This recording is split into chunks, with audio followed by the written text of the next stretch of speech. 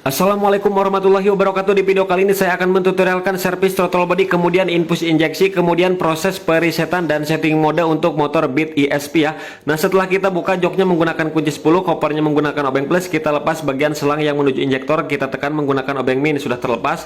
Kemudian bracketnya kita lepas menggunakan kunci 10. Kemudian di bagian mur manifold kita buka menggunakan kunci 10T. Nah, setelah itu baru kita lepas bagian soket yang menuju injektor, kemudian soket EICP, kemudian soket TP ataupun TPS. Nah, sudah terlepas.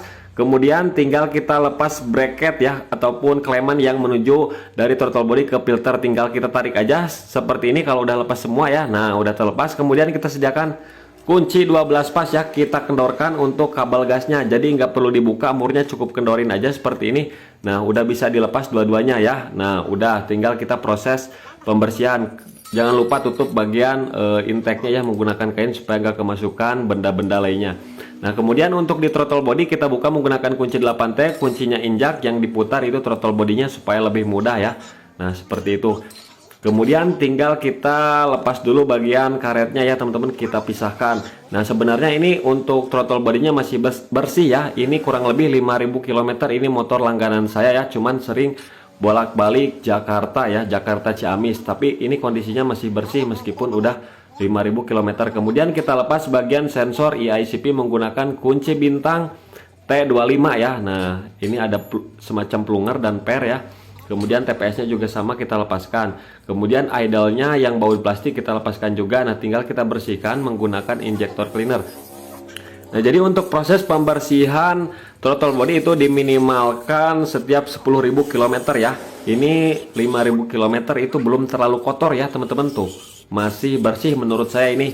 Tapi nggak apa-apa karena ini mau diservis ya, karena mau berangkat lagi untuk keluar kota, jadinya diservis terlebih dahulu. Nah, seperti ini ya, kita bersihkan. Kemudian sediakan kuas aja ya, kuas, karena di bagian koin ataupun katup butterfly-nya itu masih ada kotoran-kotorannya ya teman-teman. Nah, tinggal kita menggunakan kuas supaya lebih bersih secara maksimal ya teman-teman. Nah, seperti ini kita gunakan cleaner ya. Kalau misalkan menggunakan bensin itu si kerak-kerak yang hitamnya itu nggak bakalan kena ya, nggak bakalan ampuh. Jadi kita harus gunakan cleaner. Kemudian kita semprot semua lubang-lubang idle-nya ya teman-teman, penturi-penturinya kita lepaskan. Nah, kemudian bagian injektor kita lepaskan juga ya, kita gunakan kunci 10T seperti ini, kita bersihkan ya menggunakan cleaner, karena intake-nya juga kita bersihkan ya. Nah, kemudian sediakan lagi ya karburator cleaner. Untuk karburator cleaner saya menggunakan merek Aspira di sini ya, tuh langsung rontok ya untuk kotoran-kotoran hitamnya. Jadi Aspira sangat ampuh sekali, kurang lebih 30 ribuan untuk harganya. Nah, kemudian setelah intake manifold bersih, kemudian bagian injektornya kita semprot juga ya, o-ringnya kita lepaskan dulu, kita pisahkan ya. Kemudian bisa kita tarik juga ya, kita pisahkan dari pipanya. Nah, tapi hati-hati kita goyang sambil kita tarik. Nah, kita semprot aja semuanya sampai bersih. Dan buat teman-teman yang nanyain biaya untuk servis throttle body dan infus injeksi itu berapa? Nah, di sini saya patok dengan harga 60.000 ya. Infus injeksi dan servis throttle body, apalagi kalau ditambah bongkar full pump itu nambahnya 15 sampai 20.000, belum termasuk ganti pempesnya ya. Nah, jadi setiap daerah ataupun kota beda harga, kadang ada yang lebih murah, kadang ada yang lebih mahal. Jadi jangan ragu-ragu ya, karena setiap kota itu berbeda-beda. Oke, setelah itu baru kita pemasangan ya, injektor ada o-ring, kemudian tinggal goyang-goyang seperti ini, udah masuk ya teman-teman. Kemudian o-ringnya kita pasangkan di bagian throttle bodinya seperti ini. Kemudian bagian intake manifold kita pasangkan juga ya, kita pasang semua baut-bautnya. Nah, dan untuk pengencangannya kita injak kuncinya ya teman-teman. Kemudian kita putar throttle bodinya supaya kencangnya maksimal dan secukupnya saja. Oke, kemudian di bagian sensor TPS ada o-ring ya. Nah, o-ringnya kita pasangkan. Kemudian kita pasangkan o-ring sensor TPS-nya, jadi nggak bisa terbalik ya, harus pas. Kalau terbalik juga nggak bakalan benar karena bautnya beda nanti ya, dudukan bautnya. Oke, kita kencangkan secukupnya. Kemudian tinggal kita pasang sensor EICP ya. Nah, ada per. Nah, jadi jangan sampai terbalik ya. Nah, seperti ini. Kemudian ada o-ring juga dah di sini, o-ring ya. Nah, seperti ini kita pasangkan. Dan buka sensor itu tidak bakalan mengakibatkan kerusakan ya, malahan lebih bersih di bagian dalamnya ya teman-teman. Jadi teman-teman nggak usah ragu untuk buka-buka sensor. Pokoknya nggak apa-apa, yang penting kita paham aja ya. Kita kencangkan secukupnya saja ya teman-teman. Nah setelah itu tinggal kita pasang per di bagian idle ya, baut idle yang plastik. Nah jadi usahakan si pernya jangan sampai kejepit, kita pas-paskan dulu ya. Sambil kita tekan pernya, kemudian tinggal kita putar. Nah kita masukin aja sembarangan aja dulu ya, nanti kita setelnya setelah mesin hidup. Nah kemudian injektor kita pasangkan ya, kita kencangkan menggunakan kunci 10. Nah dan ini motor bukan hanya servis injeksi saja ya, tapi servis CVT, kemudian ganti oli dan lain-lain. Pokoknya ini motor mau dibawa keluar kota ya, karena pulang pergi orangnya itu lagi merantau. Oke, tinggal kita pasangkan ya kabel gasnya dulu ya teman-teman, bagian yang atas. Kemudian yang bawah kita pasangkan juga ya, kita kencangkan langsung menggunakan kunci 12 pas ya teman-teman. Nah seperti ini ya teman-teman. Jadi buat teman-teman yang perlu alat yang disediakan itu, alat-alat yang perlu disediakan udah saya sebutkan tadi ya. Kemudian kainnya kita lepaskan, tinggal kita pasangkan dulu injektor ke filter ya, selang filter. Setelah masuk tinggal kita masukkan ke bagian manifold, sedikit kita angkat ya. Kemudian tinggal kita paskan sama baut-bautnya. Oke, ini udah pas ya. Di bawah itu ada semacam bonit ya, yang ada o-ringnya di bawah manifold ya, jadi jangan sampai lupa. Kemudian pasang sensor ICP, TPS, kemudian murnya kita kencangkan langsung ya, secukupnya saja.